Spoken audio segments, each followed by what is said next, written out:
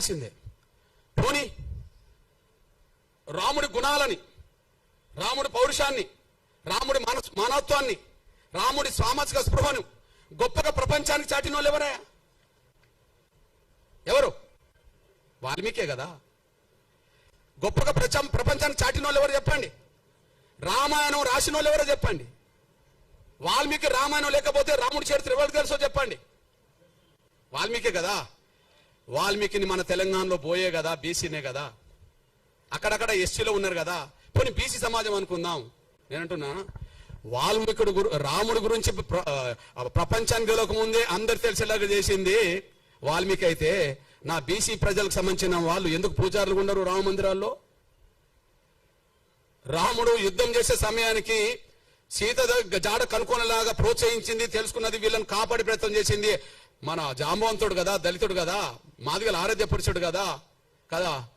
ఈ దళితులకు లేని పూజారి వాళ్ళకెట్లా వచ్చింది? యుద్ధంలో గెలిపించింది మేము కదా, మా ఆదివాసులు కదా. రాముడు గురించి దేశానికి ప్రపంచానికి తెలిపేటట్టు చేసింది మా వాల్మీకి కదా. వాల్మీకి బ్రాహ్మణులను ఒప్పుకోమనండి, జాంబవంతుడు మావాడని ఒప్పుకోమనండి, ఆంజనేయుడు మావాడని ఒప్పుకోమనండి. వాళ్ళు ఒప్పుకోరు కదా. వాళ్ళు ఎవరు మరి? ఆంజనేయ వారసత్వం వానరులు అవుతాను గిరిజనులు, జాంబవంతుడు అయితే దళితుడు మాదిగా, వాల్మీకి పోయా. మరి మాకు లేని స్వేచ్ఛ రామ మందిరాల్లో, మాకు లేని హక్కు రామ మందిరాల్లో, మేము పూజారులు కానప్పుడు యుద్ధం చేయడానికి మాత్రం మేము ఉపయోగపడాలా?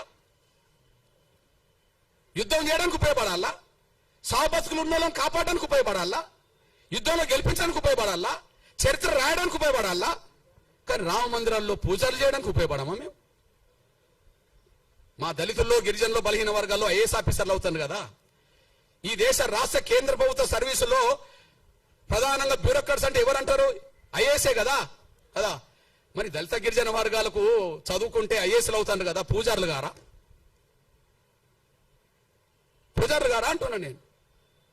అందువల్ల మీకు విజ్ఞప్తి చేస్తున్నా, రామ అవతారమే తర్వాత కృష్ణ అవతారంగా మారింది.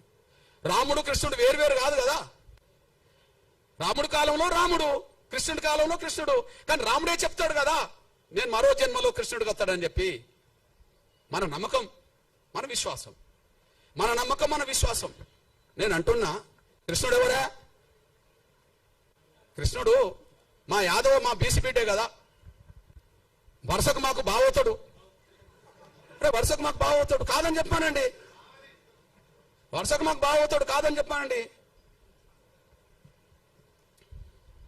రాముడు రావణ మధ్యలో జరిగిన యుద్ధము 1000 మంది చచ్చిపోయినరు కదా, 18 రోజులు జరిగింది. కానీ మా ఆది జాంబవుడును కృష్ణుడి మధ్యలో ఒక గృహంలో జరిగిన యుద్ధం 28 రోజులు జరిగింది. ఏ యుద్ధం ఎక్క పెద్దది? ఇద్దరి మధ్యలో జరిగింది. ఎవరు ఓడలే, ఎవరు గెలవలే. మా ఓడు ఎంత గట్టివాడో చూడండి. ఎవరు ఓడలే, ఎవరు గెలవలే.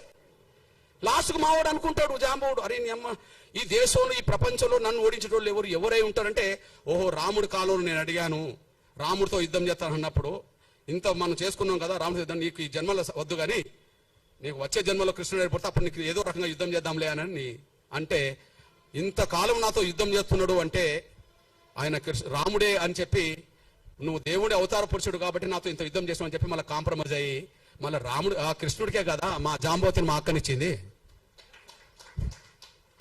ఈయన ఒక మణిహారం కోసం వెతుకులాట చేస్తూ, ఒక మణిహారం ఉన్నది, ఆ మణిహారం ఒక అతను మెడకేసుకొని వస్తుంటే సింహం తింటది.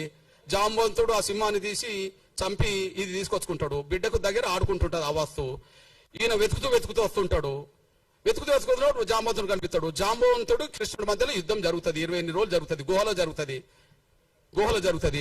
యుద్ధంలో ఎవరు ఓడింది లేదు, గెలవలేదు. కాకపోతే మా జాంబవుడు అనుకుంటాడు, ఈ ప్రపంచంలోనే నాతో యుద్ధం చేసేవాళ్ళు ఎవరు లేరు, ఎవరైనా చేస్తుంటే దేవుడి రూపమే నా దగ్గరకు వస్తారు కాబట్టి, నేను గత జన్మలో నేను రాముడిని అడిగాను, కృష్ణుడికి వస్తాను కాబట్టి కృష్ణుడు ఏంటంటే నేనే అని చెప్పి ఆయన చెప్పుకుంటాడు. అప్పుడు బహుమానంగా ఏమిస్తాడు మా జాంబవంతుడు? ఎవరినిస్తాడు? ఎవరినిచ్చి పెళ్లి చేస్తాడు? మా జాంబవంతుడు ఇచ్చి పెళ్లి చేస్తాడు. ఇవన్నీ రామాయణం మహాభారతంలో ఉన్నది కదా. మరి జాంబవంతుడు మా బిడ్డ మా అక్కనిచ్చిందంటే ఎవరు మాకేమవుతాడో కృష్ణుడు చెప్పండి. మా జాంబవంతుడు మా పెద్ద ఆయన, మా పెద్ద నాన్న అనుకుందాం. మా జాంబవంతుడు బిడ్డ మాకు పెద్దక్కే కదా. మా పెద్ద అక్కను ఎనిమిదో భార్యగా చేసుకున్నది మా కృష్ణుడే కదా, కృష్ణుడు మాకు బావ అవుతాడు కదా. మా బావ ఉన్న కాడ మేము ఎందుకు పూజారం కావా? నాకు అర్థమవుతలేదు. మా బావ ఉన్న కాడ మేము ఎందుకు పూజారులు కావా? మా బావ దగ్గర కూడా మీరేనా మళ్ళీ పూజ వృత్తి చేయడానికి? రాముణ్ణి గెలిపిస్తాం, రాముణ్ణి కాపాడుతాం, మళ్ళీ ఆయన దగ్గర ఉండొద్దు. మేము ఇటు పోవద్దు, ఆడు ఉండొద్దు. ఇది పెద్ద డ్రామా వీళ్ళది. ఎడిపోవద్దు, వీడు మతం మార్చుకోవద్దు, మళ్ళీ వీడు ఉండద్దు, ఈ పూజారి కాటికి రావద్దు. ఇది చెల్లదు. రాముడితో మాకున్న సంబంధాలు మీకెక్కడి? కృష్ణుడితో మాకున్న సంబంధాలు మీకెక్కడి? రాముడితో మాకున్న సంబంధాలు మీకెక్కడి? వాల్మీకి రామాయణ ప్రకారంగా. కృష్ణుడితో మాకుండబడే బంధుత్వం మీకెక్కడిది? మహాభారత పరంగా కదా. కేవలం కుల వ్యవస్థ ఉండడం వల్ల కుల వ్యవస్థ మొదలైంది.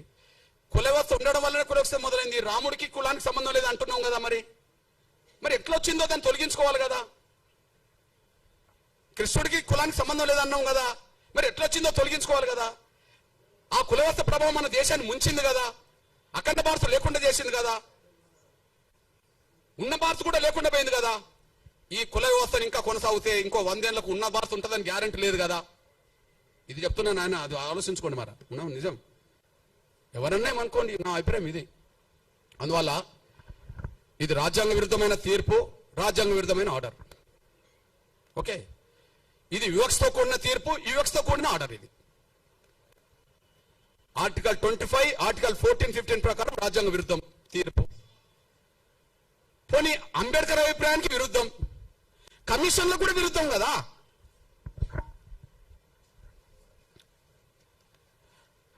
రంగనాథ్ మిశ్రా కమిషన్ దళితులు క్రైస్తవ మతం తీసుకున్నప్పటికీ వాళ్ళ మీద కులవక్షత పోలేదు, అంటరాంతనం పోలేదు.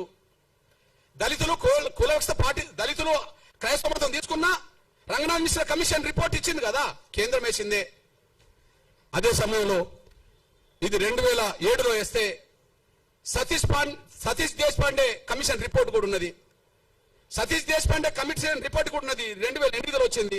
ఇందులో కూడా దళితులు క్రైస్తవ మతం తీసుకున్నా వాళ్ళ మీద కులవక్షత పోలేదు అని చెప్తున్నాడు, అంటరాంతనం కొనసాగుతుందని చెప్తున్నాడు.